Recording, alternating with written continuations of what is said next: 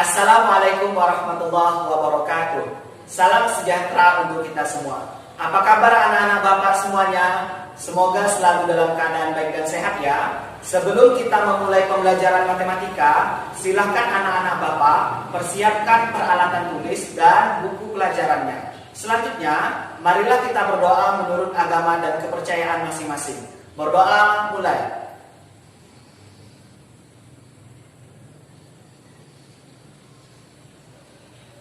Berdoa selesai.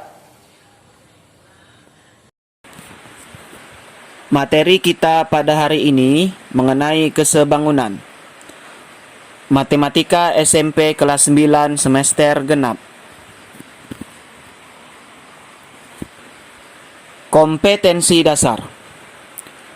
Menjelaskan dan menentukan kesebangunan dan kekongruenan antar bangun datar. Menyelesaikan masalah yang berkaitan dengan kesebangunan dan kekongruenan antar bangun datar. Tujuan pembelajaran.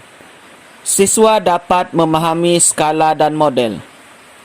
Siswa dapat memahami kesebangunan bangun datar.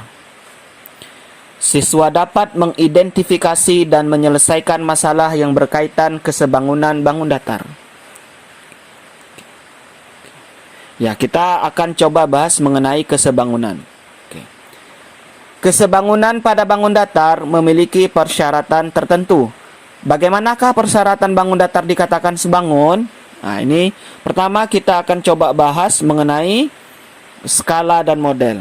Ini pelajaran di kelas 7 ya. Anak-anak sudah mempelajari mengenai skala. Jadi, apa itu skala? Skala adalah perbandingan antara jarak pada peta dan jarak sebenarnya, atau perbandingan antara ukuran model dan ukuran sebenarnya. Jadi ini pengertian dari skala. Jadi kita biasanya mengetahui skala ini kan ada skala pada foto, ada skala pada peta, dan lain sebagainya. Oke. Selanjutnya, secara matematis kita buat skala sama dengan ukuran pada peta per ukuran yang sebenarnya. Oke. Atau ukuran-ukuran yang bersesuaian pada model dengan ukuran sebenarnya memiliki perbandingan yang sama, sehingga diperoleh perbandingan sebagai berikut. Ini satu lagi kita buat. Panjang pada model per panjang pada benda sebenarnya sama dengan lebar pada model per ukuran yang sebenarnya, atau lebar yang sebenarnya. Oke. Untuk memahami mengenai skala dan model, kita coba masuk ke contoh soal. Oke. Contoh soal yang pertama. Pada suatu peta dengan skala 1:4.250.000, jarak antara Surabaya dan Malang adalah 2 cm. Berapa kilometer jarak sebenarnya? Oke. Ini kan yang ditanya adalah jarak sebenarnya. Sedangkan skala di peta adalah 1:4.250.000. Oke, kita coba jawab ya. Masih ingat kan? Skala itu rumusnya ukuran pada peta per ukuran sebenarnya. Oke. Ini dia ya. Skala 1:4.250.000. Jarak pada gambar atau jarak pada peta itu 2 cm. Sehingga jarak sebenarnya 2 cm dikali 4.250.000. Jadi dia 8.500 cm. Atau kita konversikan ke kilometer menjadi 85 km. Jadi ini kan rumus awalnya adalah skala sama dengan ukuran pada peta per ukuran sebenarnya. Skalanya kan 1/4.250.000 sama dengan ukuran pada petanya berapa? 2 cm per ukuran yang sebenarnya. Sehingga kita melakukan operasi perkalian persilangan, dapatlah dia 85 km. Oke, bisa dipahami ya. Di LKS juga bisa lihat contoh lain pada halaman 10. Oke, Kita coba contoh berikutnya. Oke. Contoh berikutnya, jarak dua kota pada peta adalah 8 cm. Sedangkan jarak sebenarnya adalah 72 km. Tentukan skala peta tersebut. Oke. Ini kan bisa kita lihat dari soal. Ya, satuannya saja berbeda, 1 cm, 1 km. Jadi kita rubah kan yang kilometer ke sentimeter. Oke, kita coba jawab ya. Jarak pada peta sama dengan 8 cm.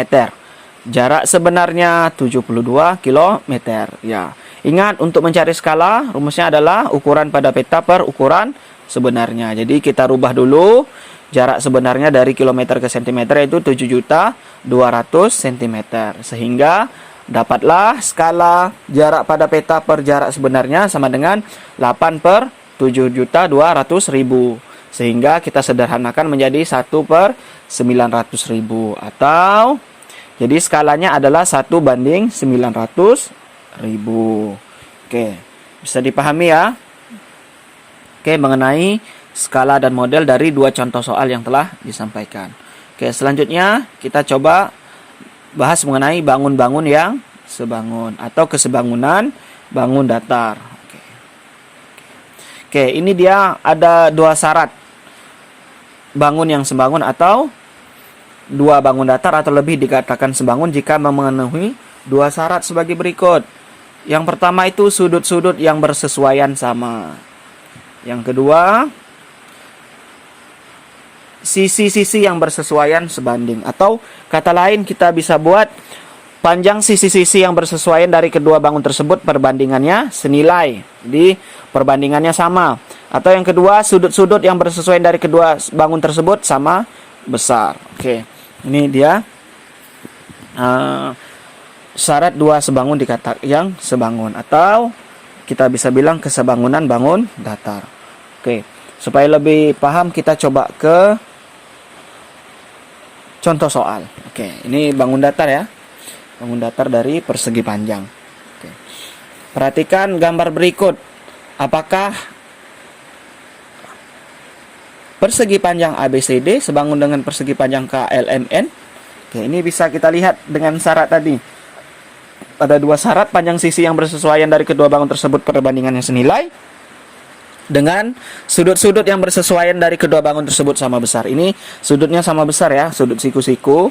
Jadi, oke, salah satu syaratnya terpenuhi. Jadi kita coba lihat. Oke, sudut A tadi sama dengan sudut K, sudut B sama dengan sudut L, sudut C sama dengan sudut M, sudut D sama dengan sudut N. Jadi dia sudah sama sudut-sudutnya ya.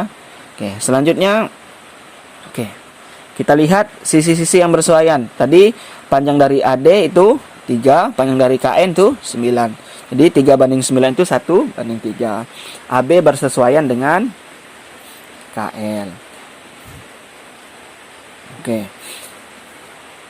sama dengan AB banding KL 5 banding 1 banding 15. Sehingga kita sederhanakan menjadi 1 banding 3. Sehingga AB bersesuaian dengan KL. Terus yang sebelumnya adalah AD bersesuaian dengan KN. Sama-sama 1 banding 3 ya.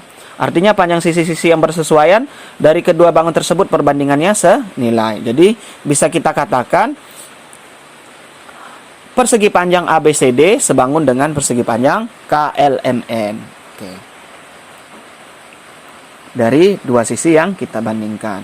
Oke. Selanjutnya, contoh berikutnya. Oke. Perhatikan gambar berikut. Apakah segitiga KLM sebangun dengan segitiga TRS? Jadi yang perlu kita lihat adalah sisi-sisi yang sama panjang.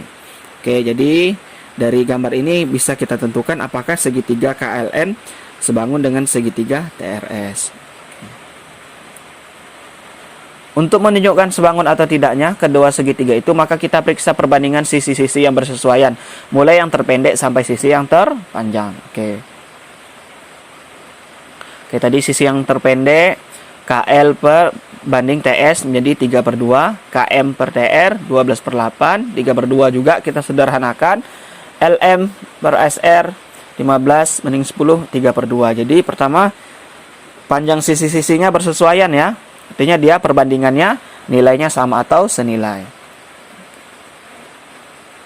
Oke, ini berarti sisi-sisi yang bersesuaian dari kedua segitiga itu memiliki perbandingan yang sama. Dengan kata lain, segitiga KLM sebangun dengan segitiga TRS. Oke, karena syaratnya terpenuhi ya. Oke, terima kasih anak-anak Bapak. Semoga bisa memahami dengan baik. Demikian pembelajaran matematika kita hari ini. Semoga anak-anak bisa memahami dengan baik. Ada beberapa hal yang ingin Bapak sampaikan mengenai protokol kesehatan. Ketika keluar rumah, anak-anak jangan lupa memakai masker, menjaga jarak, menghindari keramaian, dan mencuci tangan secara rutin. Tetap semangat ya, walaupun belajar dari rumah. Demikian yang bisa Bapak sampaikan. Assalamualaikum warahmatullahi wabarakatuh.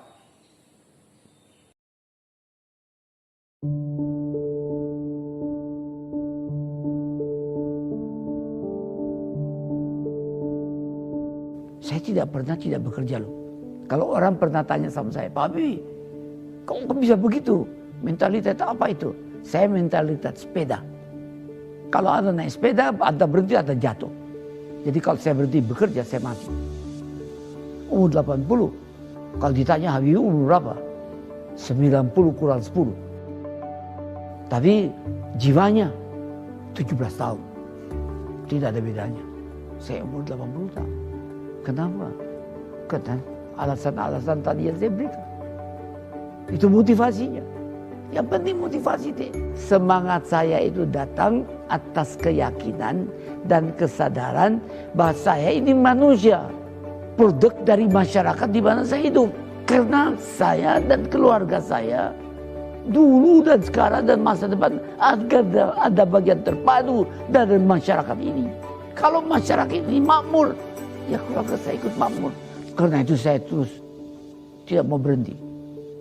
Saya bilang, tidak ada gunanya Anda IQ-nya tinggi, tapi pemalas. Tidak memiliki disiplin, forget it. Yang penting adalah Anda sehat, mau berkorban untuk masa depan yang lebih cerah. Dan Anda konsisten, bekerja keras, berdisiplin. Saya bersyukur. Sejak saya lahir sampai sekarang, saya mampu membuat sinergi positif antara elemen agama, budaya, dan pengertian ilmu pengetahuan dan teknologi. Saya bersyukur bisa menyelesaikan semua masalah-masalah yang saya hadapi. Masalah dengan halal. Dan terasa orang sekitarnya ikut menikmatinya. Itu filsafat yang diberikan oleh ayah saya. Jadilah mata air yang jernih, yang memberikan kehidupan kepada sekitarmu.